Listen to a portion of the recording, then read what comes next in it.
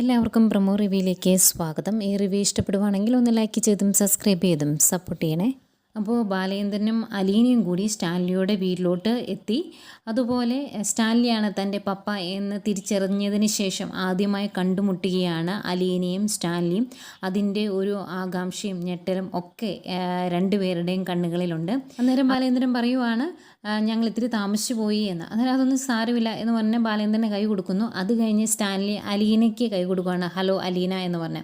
അത് അലീനയ്ക്ക് തീരെ അങ്ങ് ഇഷ്ടപ്പെടുന്നില്ല കേട്ടോ. കാരണം സ്വന്തം മകളെ തൻ്റെ വീട്ടിലേക്ക് ക്ഷണിക്കേണ്ടത് ഷെയ്ക്ക് ഹാൻഡ് കൊടുത്തല്ലോ, അതും 23 വർഷക്കാലം അനാഥാലയത്തിൽ ജീവിച്ച ഒരു മകളോട്. ആ ഒരു പരിഭവം അലീനയുടെ മുഖത്തുണ്ട്. അതിനുശേഷം ഇവർക്ക് ഭക്ഷണമൊക്കെ കൊടുക്കണമല്ലോ, അതിൻ്റെ കാര്യമൊക്കെ അടുക്കളയിൽ പോയി ഒന്നുകൂടി ഒന്ന് ഓർമ്മിക്കാൻ വേണ്ടി സ്റ്റാൻലി അടുക്കളയിലേക്ക് പോകും. ഈ സമയം ഭയങ്കര പരിഭവമാണ് അലീനയ്ക്ക് ബാലേന്ദ്രനോട്. ഇതെൻ്റെ പപ്പ തന്നെയാണോ? ആദ്യമായിട്ട് എന്നെ തിരിച്ചറിഞ്ഞതിന് ശേഷം ആദ്യമായിട്ട് ഈ വീട്ടിൽ വെച്ച് കാണുമല്ലേ, അന്നേരം ഷെയ്ക്കാണ്ട് തന്നാണോ എന്നെ സ്വീകരിക്കേണ്ടത്? അങ്ങനെയാണോ ഒരച്ഛൻ ചെയ്യേണ്ടത് എന്നൊക്കെ ചോദിക്കുമ്പോൾ ബാലേന്ദ്രൻ പറയുന്നുണ്ട്, ഒരു പട്ടാളക്കാരനല്ലേ, അതിൻ്റെ ഒരു പരിക്കൻ സ്വഭാവമാണ്, നീ അത് കാര്യമാക്കണ്ട എന്നൊക്കെ പറയുമ്പം ഭയങ്കര വിഷമമാട്ടോ അലീനയ്ക്ക്. അലീന പറയുവാണ്, ഒരു മകളെ അച്ഛൻ അംഗീകരിക്കണമെങ്കിൽ എന്തൊക്കെ പരീക്ഷണങ്ങളിലൂടെ കടന്നു പോയാലാണ് എന്നൊക്കെ ഇങ്ങനെ പറയുമ്പോഴും ബാലേന്ദ്രൻ്റെ വിഷമമാട്ടോ. ബാലേന്ദ്രൻ അവളെ ആശ്വസിപ്പിക്കുന്നു. പിന്നെ ബാലേന്ദ്രനോട് ഇന്ന് പോകണ്ട എന്നൊക്കെ അലീന പറയുന്നുണ്ട്. പക്ഷേ ബാലേന്ദ്രൻ പറയും, ഇല്ല മോളെ ഇന്ന് തന്നെ പോകണം എന്ന് പറയുന്നു. അന്നേരം അലീന ബാലേന്ദ്രൻ്റെ കയ്യിൽ ഇങ്ങനെ വട്ടത്തിൽ കൈകൊണ്ട് ചുറ്റി പിടിച്ചിങ്ങനെ ചേർന്ന് നിൽക്കുവാണ്. അലീനയുടെ ആ വിഷമവും സങ്കടമൊക്കെ ബാലേന്ദ്രന് മനസ്സിലാകുന്നുണ്ട്.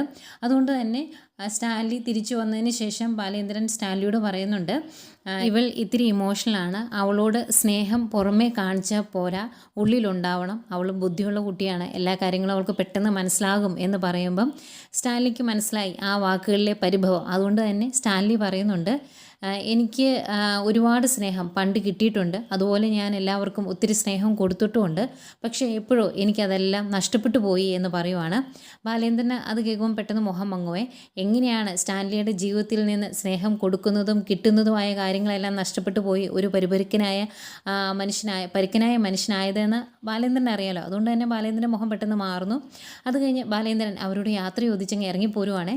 അത് കാണുമ്പോഴേക്കും അലീനയുടെ ഹൃദയം പൊട്ടിപ്പോവാണ്. കാരണം ഇങ്ങനെ പരിക്കനായ ഒരു അച്ഛൻ്റെ അടുത്ത് കൊണ്ടുവിട്ടിട്ടങ്ങ് പോവുകയാണ് ബാലേന്ദ്രൻ. അലീനയ്ക്ക് സഹിക്കാൻ പറ്റുന്നില്ല. അലീന ബാലേന്ദ്രൻ്റെ കൂടെ തന്നെ പുറകെ ചെല്ലുന്നു.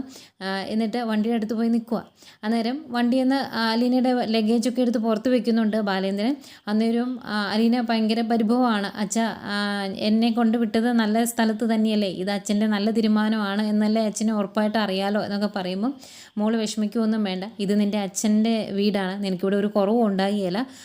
ആ മനുഷ്യൻ പുറമെ കാണുമ്പോൾ ഇങ്ങനെയാണെന്നേ ഉള്ളൂ, പക്ഷേ മനസ്സിൽ സ്നേഹമുണ്ട്, അത് നിനക്ക് പതിയെ മനസ്സിലാകും എന്നൊക്കെ പറഞ്ഞ് ആശ്വസിപ്പിച്ചിട്ടാണ് ബാലേന്ദ്രൻ പോകുന്നത്. അതുപോലെ നിനക്ക് എന്ത് വിഷമമുണ്ടെങ്കിലും എന്നെ വിളിക്കാം, അച്ഛനുണ്ടാകും, അല്ലാതെ നിന്നെ ഇവിടെ കൊണ്ട് പൂർണ്ണമായിട്ടും ഉപേക്ഷിച്ചിട്ടൊന്നും അല്ല ഞാൻ പോകുന്നത് എന്നൊക്കെ പറഞ്ഞ് ബാലേന്ദ്രൻ അലീനെ ആശ്വസിപ്പിച്ചിട്ടാട്ടോ പോകുന്നത്. അതുപോലെ അലീനെ കണ്ടു കഴിയുമ്പോഴേക്കും ആൻ്റപ്പനും ബൈജുവിനും ഒക്കെ സംശയം, ഇതാരാണ്, എന്തുകൊണ്ടാണ് ഈ പെൺകുട്ടിക്ക് ഇത്രയും പ്രാധാന്യം കേണൽ സാബ് കൊടുക്കുന്നത് എന്നൊക്കെ അവർക്കൊരു സംശയം വരുന്നു. അതുപോലെ ആൻ്റപ്പൻ ബൈജുവിനോടൊക്കെ ആയിട്ട് പറയുന്നുണ്ട്, ആ പെൺകൊച്ചിന് കേണൽ സാബിൻ്റെ മൂത്ത മോളുടെ ഒരു ഷേപ്പൊക്കെ ഉണ്ട്, മിക്കവാറും അദ്ദേഹത്തിൻ്റെ ഏതെങ്കിലും ബന്ധുവായിരിക്കും എന്നൊക്കെ പറയുന്നുണ്ടായിരുന്നേ. എന്തായാലും ഇതൊക്കെയായിരുന്നു പ്രമോ.